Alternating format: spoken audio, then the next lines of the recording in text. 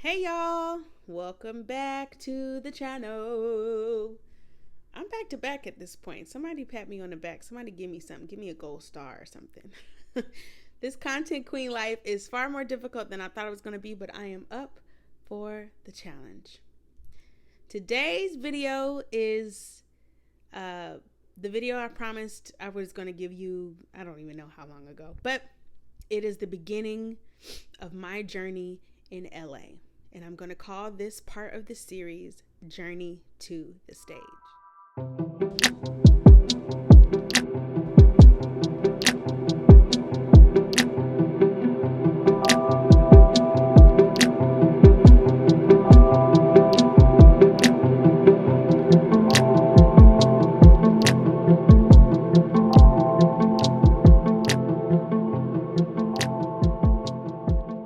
So I have to start off this journey giving you a little backstory about how I did not think I was going to move to LA.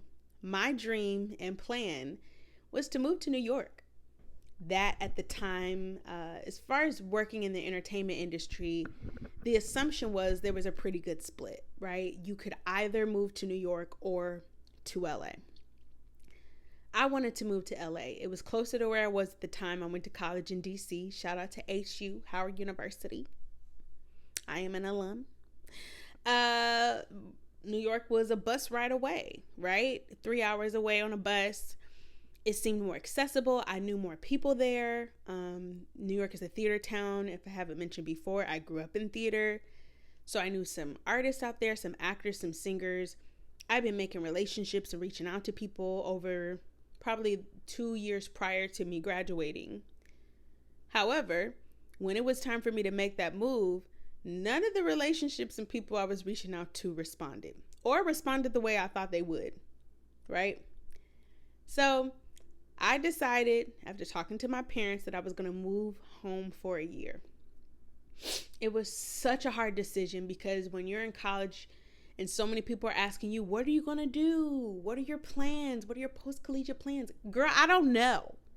To pay this debt, to walk across this stage, to wear my cap and gown, okay? I don't have no plans beyond that. So, talked to my parents, decided to move home to work, to save money because it was going to cost a lot of money to move anywhere that I wanted to move. And that's what I did. I moved home June of 2014 because I stayed to see my little cousin graduate from high school. Moved home June and started preparing for this move. Now, like I said, initially I was planning to move to New York. My dad kept saying I was moving to LA, and that had to have been God because I had no plans to come out here. I didn't know nobody out here. I thought LA was for TV and film actors. That's not really what I was trying to do. I was more so thinking I'm going to be a singer and maybe a stage actor if possible. I just didn't see it for me out here. So he kept saying it and he kept saying it and he kept saying it. And like I said, that had to have been God speaking through him because it was not in my plan. It was not on my vision board. Okay. So he kept saying it. And then he booked a vocal session with a legendary vocal coach in LA named Gary Katana.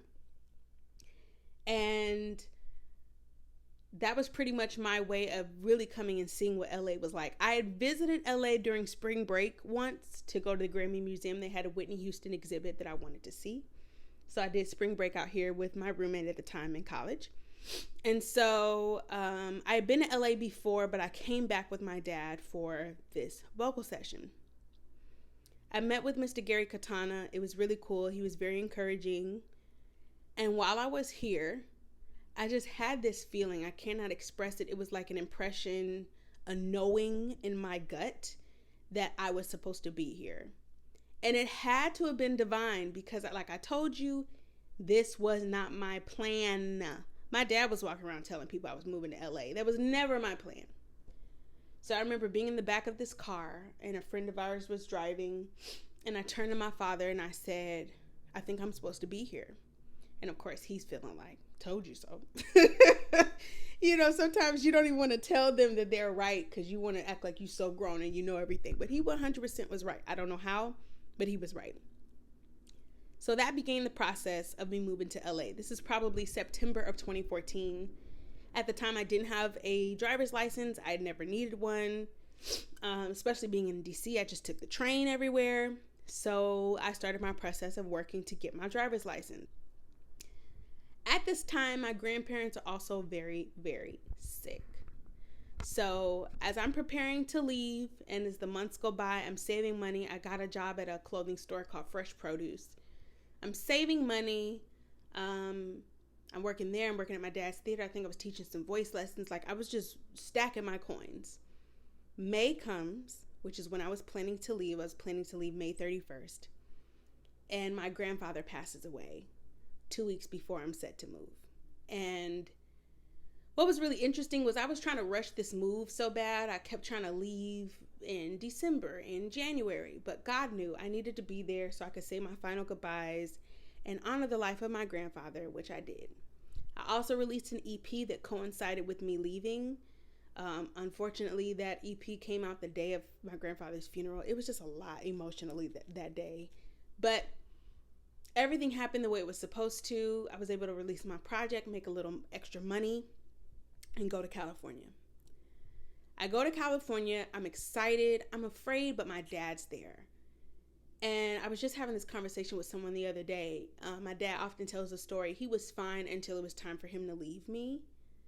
Leave his baby. Even though I thought I was grown, I was such a baby. Leaving his baby in LA and going back to Florida. Like, not Arizona, not Northern California, Florida. The literal other side of the country. And I wasn't scared until I saw him scared. I thought he was acting so strange, and I guess he was trying not to cry. But it didn't hit me until he left. Like, yo, I'm out here by myself. Like, I really got to make this work. Not long after he left, obviously June is Father's Day month, and I really started to sink into the throes of grief. Like, the reality, my grandparents were very, very close to me. They were like my second set of parents. And losing my grandfather was losing someone I saw consistently, somebody who was constantly showing up in my life, every recital, every school play, every professional play, every graduation, everything. He was there.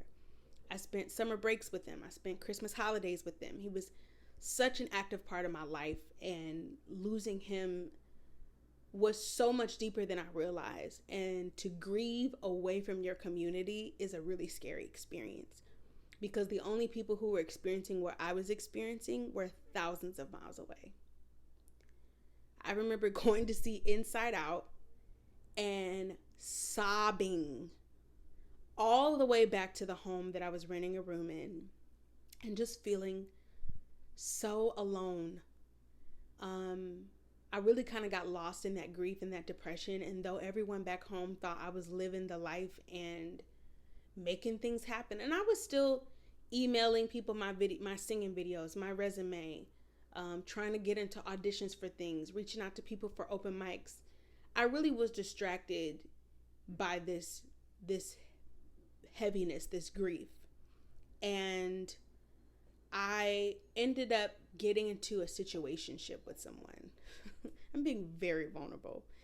I guess you could call it a relationship or a situationship. Probably depends on the day, child. But today I'm going to call it a situationship. Something where it wasn't really clear what we were, but we knew what we weren't, kind of. And it was really just my way of trying to cope with the fear of being so far from home and the pressure I'd put on myself to make it. I'm from a small town, and so everyone's like, you're going to be the biggest star in the world. And I'm like, child, how? Coupled with this very present grief. So I was in this situationship for a couple months, and I did work a little bit with some people that I knew during that time, but it wasn't much. And I got an agent when I moved, and she hadn't called me in months. But it was like, you know, when you're just so sad, you don't care. Like, I was waking up every day at 11 a.m., going to bed at 1 and 2 in the morning. I didn't care. I didn't care. So finally we get to January, and I end this situationship. By this point, my grandmother has also passed. She passed December 18th, a week before Christmas. And I decided either I can continue to lay in this misery, because my heart was broken, losing both of my grandparents, I think 7 months apart. Almost exactly. Or I can come out here and do what I said I was going to do. I cannot explain it. Just something came over me like, girl, get up, in my Sarah Jakes voice, and go do something with your life. So I break up with this guy. No lie. The day I broke up with him, my agent calls and says, hey, you just crossed my mind and realized we hadn't talked. I got some stuff you could possibly be a great fit for. Let's talk. And I'm thinking, wow, this whole time I probably was kind of holding up my next, attached to something that was never good for me anyway. That's a word for somebody. Sometimes you got to let go of what you think you need to get what you actually need. Okay? This is around the same time I started getting really serious about my relationship with God, which has been my anchor, my complete anchor. I don't consider myself to be, making ministry videos on here, but you're going to hear me talk about God, child, because that is the only way I have made it thus far, is being able to lean on him. Period. So that's on period, God. So my life is full of memes, so bear with me, okay? My brain is full of memes. So I get really serious about my relationship with God. I started attending a new church. I started cutting off really unhealthy and unproductive friendships. I got baptized, and then I moved from the home I had been renting in south of LA. Now, let me tell you about that. I was living in Downey, California, in the back room of a very, very generous woman who was so sweet to me my first year in LA. So grateful for her. But I was driving from that house all up and down the 101 and 405, driving to auditions, open mic nights, people saying, oh, you can sing one song, but we won't give you a band. So basically I got to sing a cappella at different R&B nights, Soul Spot LA, all of these different things. Some of y'all who are watching this, if you were around LA, you remember, like pre-pandemic spots where singers got put on and we met other singers and we met other contractors and music directors. Now, it's a little different now. It's just kind of about content now. But back then you had to do the feet work. You had to do the leg work. You had to go and meet people and shake hands and look people in their eye and let them hear you sing. And that's what I spent that first year doing. Driving sometimes 2 and 3 hours in traffic trying to get somewhere so someone could hear me sing. And I am so proud of that young woman version of me. I'm still a young woman. But that girl who was just like, something got to happen. Something has to happen. I came out here too far and sacrificed too much for something not to happen. I remember driving the Zen Lounge in Studio City that at the time was owned by Dwayne Martin and Tisha Campbell Martin. They gave so many of us an opportunity to sing and be seen, and I'm so grateful to them both. But that was a time. And so I moved further north to better my chances of booking other work and being closer to the opportunities I was looking for. However, looking back on it, I couldn't afford that apartment. I should have got myself a studio apartment and lived a little more comfortable than I did. I was scratching and trying to survive in that luxury apartment in Studio City that I could not afford. I just knew I was about to be a star. I just knew someone was going to discover me in Ralph's or at an audition and be like, I'm going to change your life. Now, there were plenty of people who promised that, but very few actually lived up to it. Which leads me to my next point. I wasn't booking any work. There was someone who was giving me opportunities to come sing at their events, but they were never paying me. They were never offering me any money for parking. And so here I was, this broke girl, thousands of miles from home. Thank God for all of my father's help. But my dad, him too, both my fathers. You get what I'm saying. But I was broke, like gas and parking, like singing in hotels. parking is $20, and then you gotta add the valet on the tip and I started counting up the cost and going, this don't make no sense. I cannot continue to do these free 99 gigs because they're not getting me anywhere. And so in faith, I had to start saying no to the things and the people that I knew did not value my talent. I remember getting offered to do an hour set at a club, and I'm not going to say what it was because they're still open. And when I started asking about the budget, they were like, I've been booking work in Florida long enough to know how to converse business with arts, which a lot of artists do not. So, like I said, I passed up on some free opportunities. Some of them I took, things are coming through. Some of them I took because it was about relationship, but some of them was like, but you don't got no money. I can't make it. I'm unavailable. I can't. So, like I said, I moved. I'm not booking any work. I started getting really, really discouraged. I didn't tell anybody this, but September of 2016. So now I've been in LA for a little over a year. I told God I'm moving back home. I haven't booked anything. I don't see anything coming out of this. Maybe I moved too soon. Maybe I'll move back in a year or 3 or however many. And I heard so clearly in my heart, post videos. And I was like, did you not hear what I said? Because what I said was I can't pay my bills. I don't see what videos have to do with that. This is before influencer culture. This is like old YouTube days. But because nothing had worked and I was willing to try anything at that point, I started posting videos on YouTube. You can scroll back in my videos on here on this channel. They're still up here.